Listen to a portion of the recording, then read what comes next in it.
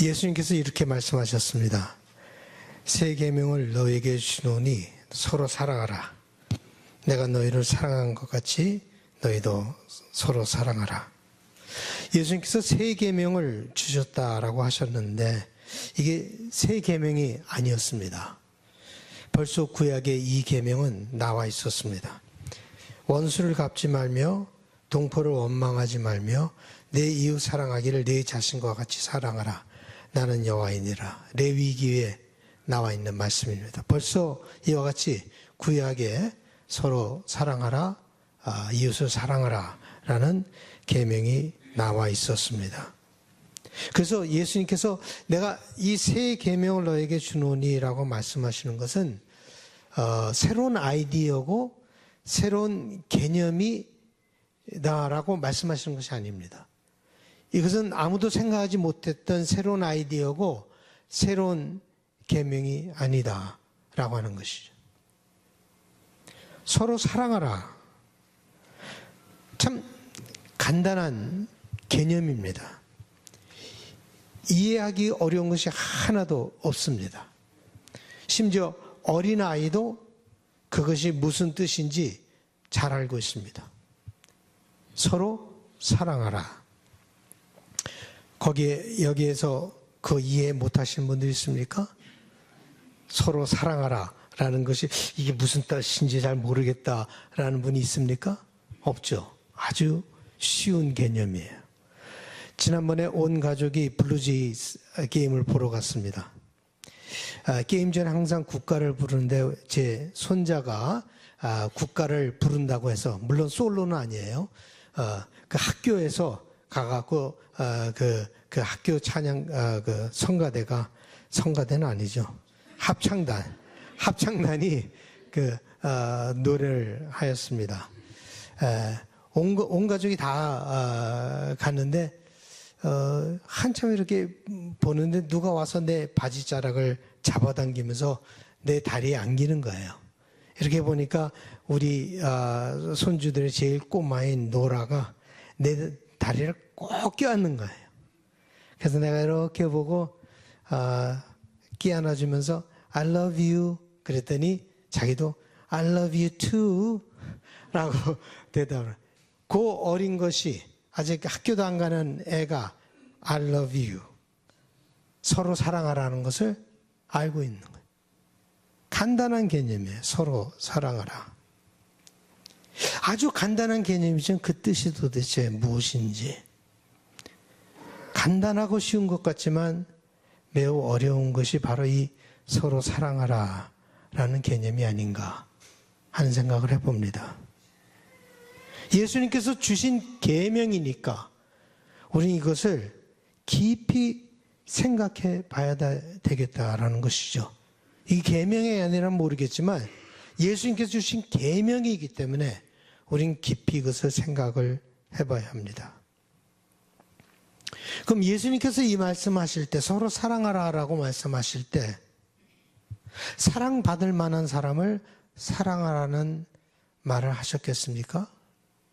그런 마음으로 이 말씀을 하셨을까요?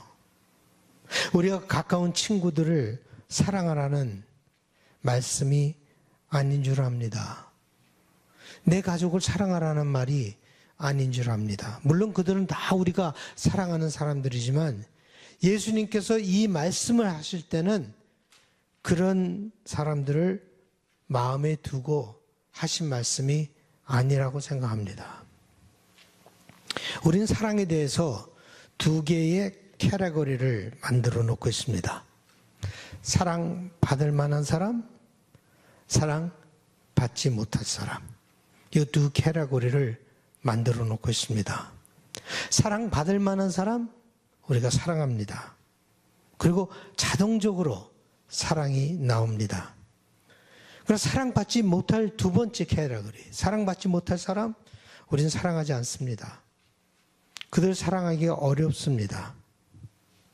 제가 이 사랑받지 못할 카테고리라고 해서 그 사람 자체가 사랑받지 못할 사람이란 뜻이 아니에요. 우리가 그 카테고리 속에 사람들을 집어넣는다라는 뜻으로 사랑받지 못할 사람의 카테고리를 얘기하고 있습니다. 우리를 사랑하는 사람들하고는요, 무엇을 해도 좋습니다. 그래서 많은 시간을 보냅니다. 꼭 재미있는 말을 해서 재미있는 것이 아니라 그저 그들의 컴퍼니가 좋으니까 무슨 말을 해도 재미있는 거예요. 무슨 일을 해도 재미있는 거예요. 그 사람들이 바로 사랑받을 만한 캐러고리에, 우리에게는 사랑받을 만한 캐러고리에 있는 사람들이 무엇을 해도 좋은 거예요. 그러나 우리를 비난하고 우리를 가치 있게 여기지 않고 우리를 받아들이지 않는 사람들과는 꼭 그들을 미워하지는 않지만 같이 있기가 힘듭니다. 그래서 같이 있고 싶어 하지 않기 때문에 피하죠. 가능하면 그 사람들하고는 피하려고 합니다. 그것은 바로 그 사람들이 사랑받지 못할 캐러거리 속에 들어가 있기 때문에 그렇습니다. 그럼 예수님께서 서로 사랑하라 라고 말씀을 하실 때 어떤 캐러거리, 누구를 염두에 두고 이 말씀을 하셨겠습니까? 사랑받을 만한 사람의 캐러거리를 두고 이 말씀 하셨겠습니까? 한번 생각해 보십시오. 예수님께서 서로 사랑하라 그럴 때 어떤 캐러거리에 있는 사람들을 두고 이 말씀을 하셨을까? 오늘의 본문은요, 샌드위치처럼 중간에 끼어 있습니다. 물론 중간에 있는 것이 가장 중요한 것이죠. 우리가 샌드위치 같은 고기와 같은 것이죠. 중심된 내용, 그 샌드위치의 중심. 그 중심에 있는 것이 무엇인가 하면 바로 서로 사랑하라라고 하는 것이 중심에 있고 그 앞, 뒤로 두 이야기가 있습니다. 그리고 이 서로 사랑하라는 것은 그 사이에 끼어 있습니다. 그럼 이 두 이야기가 무엇인가 하면 그 전에 서로 사랑하라는 그 계명 그 전에 나오는 이야기는 유다의 이야기고 그 다음에 나오는 이야기는 베드로의 이야기입니다. 오늘 본문의 시작을 보면 이렇게 시작합니다. 그가 나간 후에 누가 나갔다는 말입니까? 누가 나갔습니까? 가론 유다가 나간 후에라는 뜻이에요. 그가 나간 후에 이 유다를 얘기하고 있습니다. 그 유다의 이야기가 바로 그 전에 나오는데 좀 길지만 우리가 같이 한번 읽어봐야지 그림이 오고 감이 올 것이에요. 그래서 좀 길지만 우리 교독하겠습니다. 예수께서 이 말씀하시고 심령이 괴로워 증언하여 이르시되 내가 진실로 진실로 너에게 이르노니 너희 중 하나가 나를 팔리라 하시니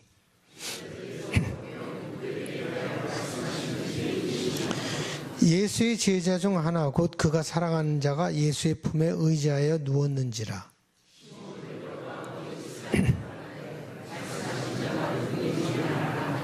그가 예수의 가슴에 그대로 의지하여 말하되 주여 누구이니까?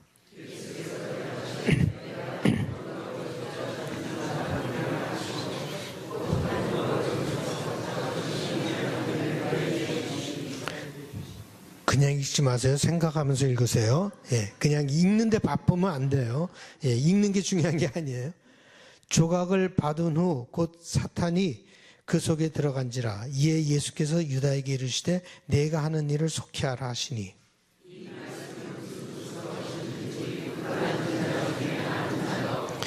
어떤 이들은 유다가 돈깨를 맡았으므로 명절에 우리가 쓸 물건을 사라 하시는지 혹은 가난한 자들에게 무엇을 주라 하시는 줄로 생각하더라.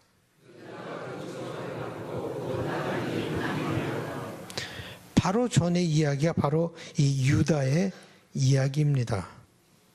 그리고 이 예수님께서 쭉 하면서 서로 사랑하라는 얘기를 하시고 바로 다음에 나오는 얘기가 베드로의 이야기인데 베드로의 이야기는 이렇게 되어 있습니다. 시몬 베드로가 이르되 주여 어디로 가시나이까? 왜냐하면 예수님께서 내가 가는 곳을 너희들에게 오지 못한다라고 얘기했기 때문에 어디로 가시나이까? 예수께서 대답하시되 내가 가는 곳에 내가 지금은 따라올 수 없으나 후에는 따라오리라. 베드로가 이르되 주여 내가 지금은 어찌하여 따라갈 수 없나이까? 주를 위하여 내 목숨을 버리겠나이다. 예수께서 대답하시되 내가 나를 위하여 내 목숨을 버리겠느냐? 내가 진실로 진실로 네게 이르노니 닭 울기 전에 네가 3번 나를 부인하리라. 이 두 이야기가 오늘 본문을 둘러싸고 있습니다. 배반과 부인이 서로 사랑하라는 말씀을 샌드위치처럼 둘러싸고 있습니다. 유다의 배반, 서로 사랑하라, 그 다음에 베드로의 부인. 그러니 예수님은 서로 사랑하라는 말씀을 바로 배반과 부인의 이야기 속에서, 그 컨텍스트 속에서 말씀하시고 있는 것이죠. 그럼 여러분들이 제가 질문한 것처럼 생각해 보십시오. 예수님께서 서로 사랑하라 그럴 때 사랑받을 만한 캐러고리에 있는 사람을 두고 이 말씀하셨겠습니까? 아니면 사랑받지 못할 사람들을 염두에 두고, 그 캐러고리에 있는 사람들을 염두에 두고 이 말씀을 하셨겠습니까?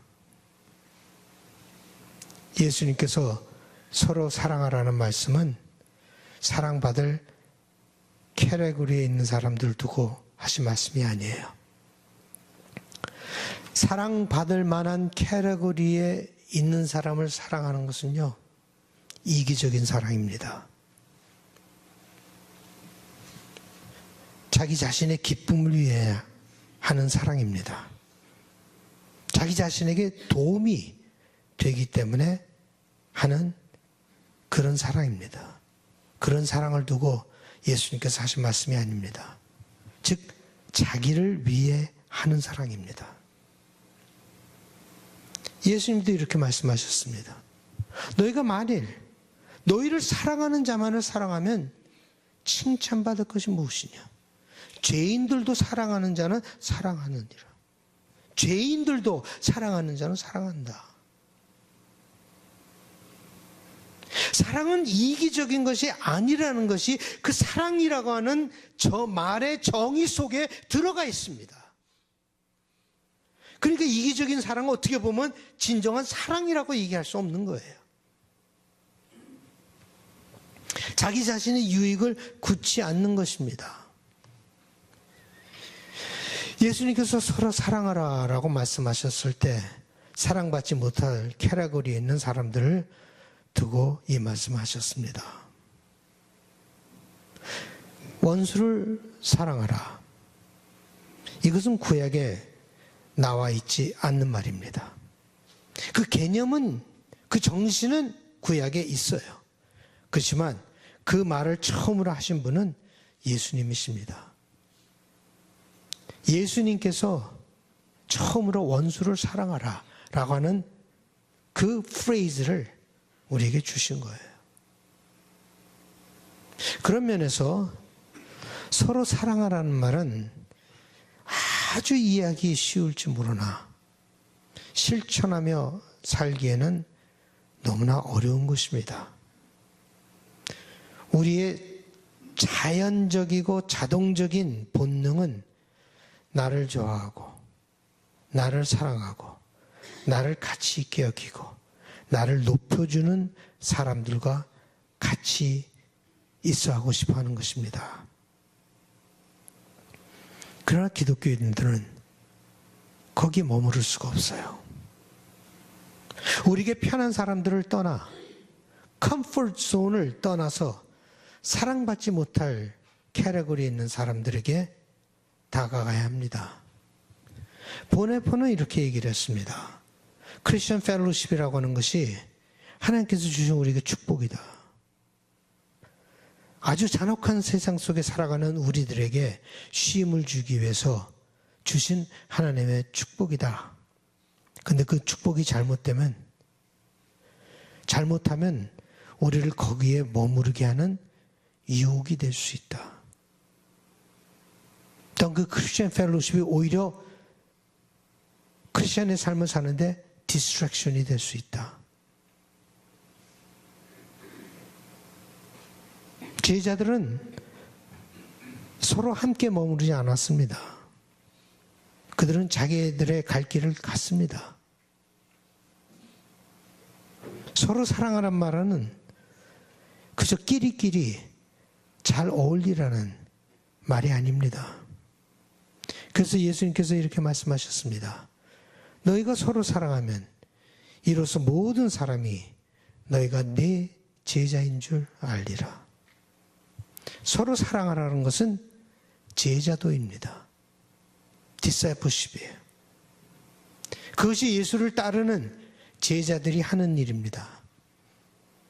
제자도가 때로는 외로운 길이 될 수 있습니다. 예수님을 따르는 길이 외로운 길이 될 수 있습니다. 즉 외로운 길이 바로 서로 사랑하라는 길을 따르는 것입니다. 요한복음 13장을 보면 많은 이야기들이 나오죠. 예수님은 발을 씻겨주셨고 그 다음에 성만찬을 하시고 유다에게 떡을 주면서 내가 할 일을 속히 하라 라고 하셨고 베드로의 부인 얘기가 나오고 그리고 예수님께서 사랑하라, 서로 사랑하라는 말이 이게 다 13장에 나오는 거예요. 13장에 이 얘기를 다 하시고 나서 그 다음에 나오는 것이 뭔가 하면 14장서부터 16장까지는 성령장이라고 합니다. 성령의 이야기가 나오기 시작합니다. 그래서 14장에서 16장에 성령의 이야기가 쭉 나옵니다. 그 성령에 관한 말씀도 어느 컨텍스트 속에서 말하고 있는가 하면 서로 사랑하라는 그 컨텍스트 속에서 말씀하시고 계신 것입니다. 예를 보여드리겠습니다. 너희가 나를 사랑하면 나의 계명을 지키리라. 내가 아버지께 구하겠으니 그가 또 다른 보혜사를 너희에게 주사 영원토록 너희와 함께 하실 것이다. 여기서 보혜사가 바로 성령입니다. 즉 우리가 깨닫게 되는 것은요, 요한복음서 기자가 우리에게 얘기하는 것은 사랑한다는 것은 너희들이 할 수 있는 것이 아니다.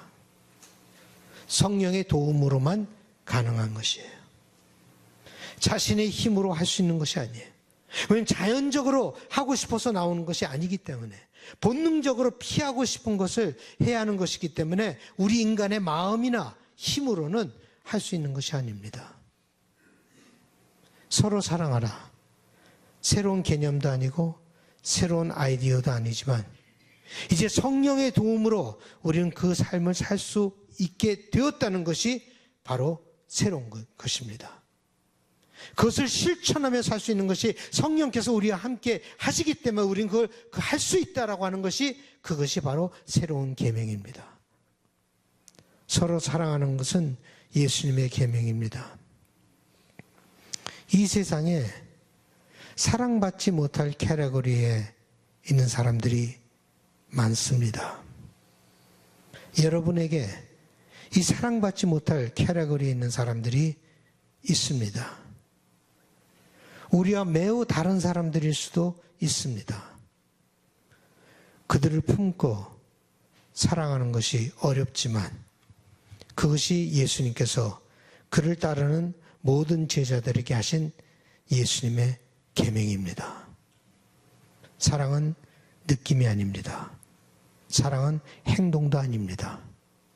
사랑은 사랑받지 못할 캐러거리에 있는 사람들을 끌어안는 것입니다.